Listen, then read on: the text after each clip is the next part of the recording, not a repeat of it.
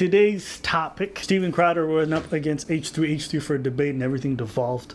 Essentially, what was supposed to happen was that Steven Crowder was supposed to have a debate with Ethan via some kind of Zoom app. And what ended up happening is that Ethan switched out of the screen and allowed Sam Cedar, who's a political leftist commentary channel on YouTube, to debate Crowder instead. Now, the whole thing devolves from there, because Crowder doesn't want to debate Sam Cedar. He wants to debate Ethan Klein from H3H3. And a bunch of stuff gets said. And people were asking my thoughts on the whole thing, and so I went to go watch, and I couldn't stop laughing.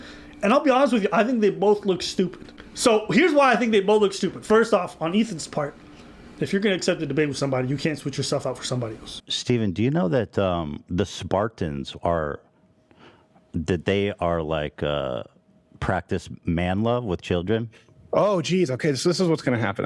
What did I tell you? He was going to do anything he could to avoid. Oh, there he is. Oh no, Sam Cedar. What a fucking nightmare. Thank you, I had no idea this was going to happen. If I come in and have a conversation with you and then someone else comes in, I'm going to feel some type of way off the top because I'm like, well, who's this? You got tricked. Yeah, like why would you do something, as Crowder put it, based off a lie? Right? Fair. Which, in Crowder's defense, I do think that was a slimy move. And I think Ethan, when they were kind of having the conversation, I was watching, I was like, do you guys not recognize how slimy that looks? Yeah. And like how smarmy you were being the whole time. I'm like, listen, you need some people around you to tell you you're being a little bit ridiculous in that moment. That's shady. All right. Now, why I think Crowder looks stupid. So Sam Cedar's like, yo, why won't you debate me? I've been trying for a long time. And this is what Crowder said to him. The first thing he said. He said, the reason I don't want to debate you is because you have less than 1/3 of the subs I have. Sam, why do you feel that anyone owes you airtime when you have a 40th of the audience and you've been doing the show? I don't think anybody owes me airtime. Longer. I think that Ethan has just given it to me. I didn't ask him for it, and right. so no, you've been begging for it for a long time with everyone bigger than yourself. Why are you so worried about engaging with audience, and so what happens is he uploads 15 times more, has less than a 50th of the audience. Well, that's why he wants to debate you, is so he can build his. Sam, come on. Your audience cares that I only have 1 million subscribers and you have what, 6 or 7 million subscribers? Let me answer. Can I answer your question? Can I answer your question? Can I answer your question? Sure. You want me to answer your question? My audience would say Sam who?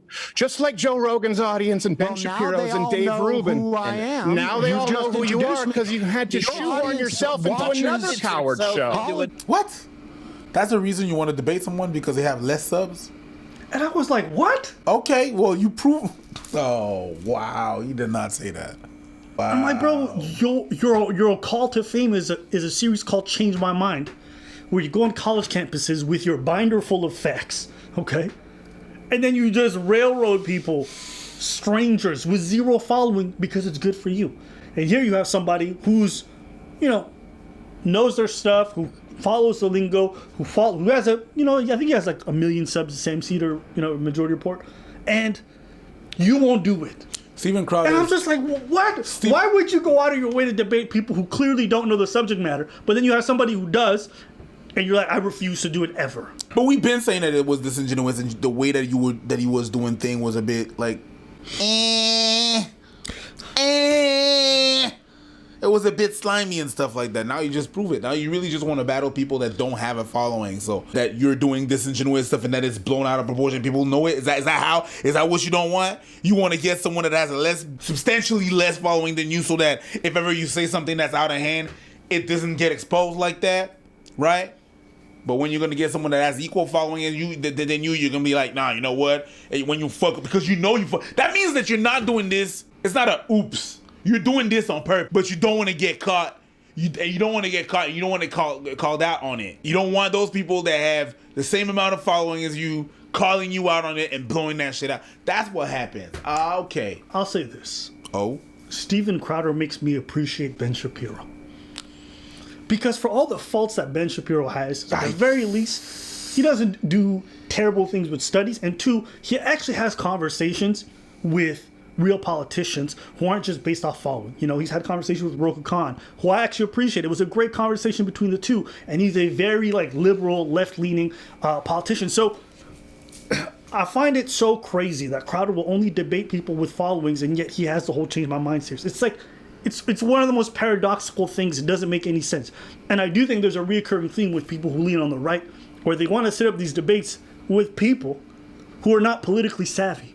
Why would you want to debate H3H3 on politics when he's not well read on it? People come out, but you should debate Steven Crowder. Why would I debate him? Politics is not my realm.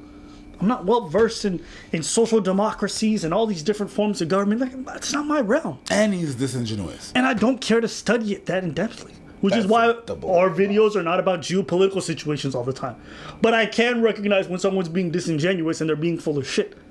And I think that someone who's always about, like, I'll change people's minds, I'm here to bring the facts. When you have somebody who has their set of facts and they're ready, you run away. That, to me, is the cowardly part. And to use their following to lower them as if they're beneath you? Do you not hear how arrogant you sound? That's lame, man. So, that's just one of those things that I couldn't wrap my head around when I heard it. Because I'm like, bro, do you not hear yourself? Can't believe we're born in the same town. We drank the same water. Hey, man. You got to hold that L. So that was the first thing. The second thing, he started clowning him on the fact that, like, your show is irrelevant, this and that.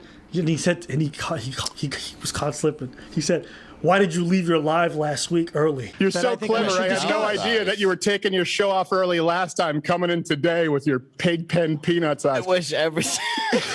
You take those off, or they? And I'm like, well, if the show's irrelevant, how would you know? How the fuck would you know? You got guys living. Are you watching? You got guys living. So you watch his content. But why would you know something about someone that's ooh? That's when the haters are a fan. Yeah. Ain't that what you said? Stands. Stands. It's not all fans that are fans that like you. Some people just watch you and then follow you just to hate you. Yo. Wow. And then the third thing is he started making fun of Sam Cedar, saying like, are you a comic? Because I looked up for your stand-up, which again means you know who he is and you've looked him up. And I couldn't find any good clips of you.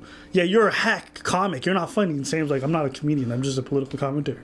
Sam, fake stand-up comic who we can't find any footage about online. Let me finish. I'm not a stand-up comic.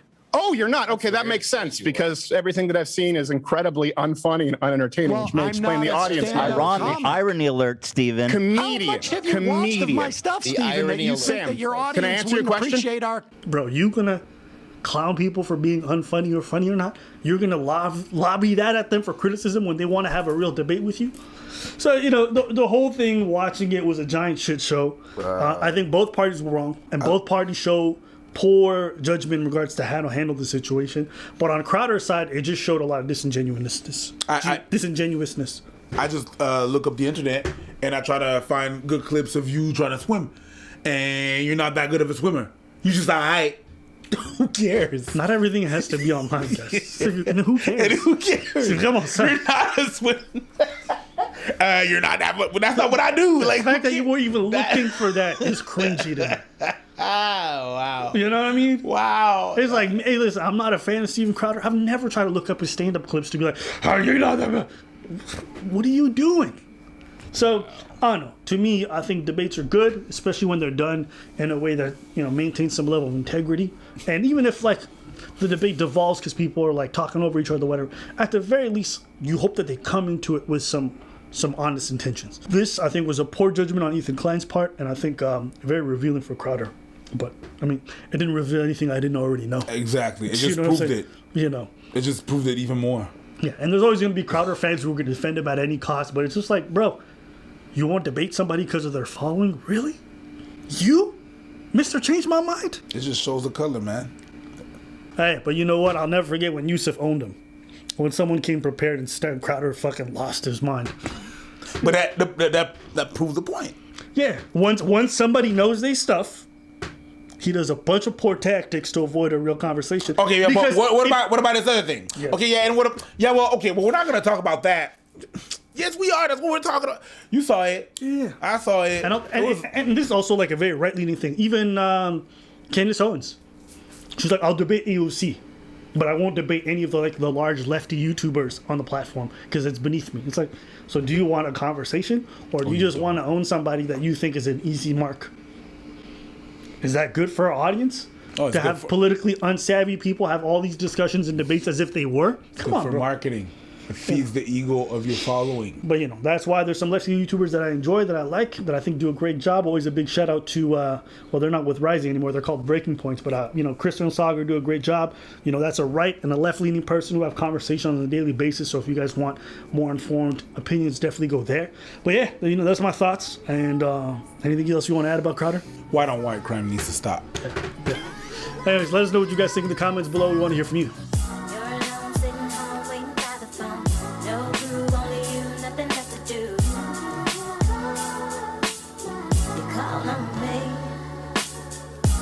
Chillin' and you're sippin' on your Alizé. It's getting late, no day, now you wanna play.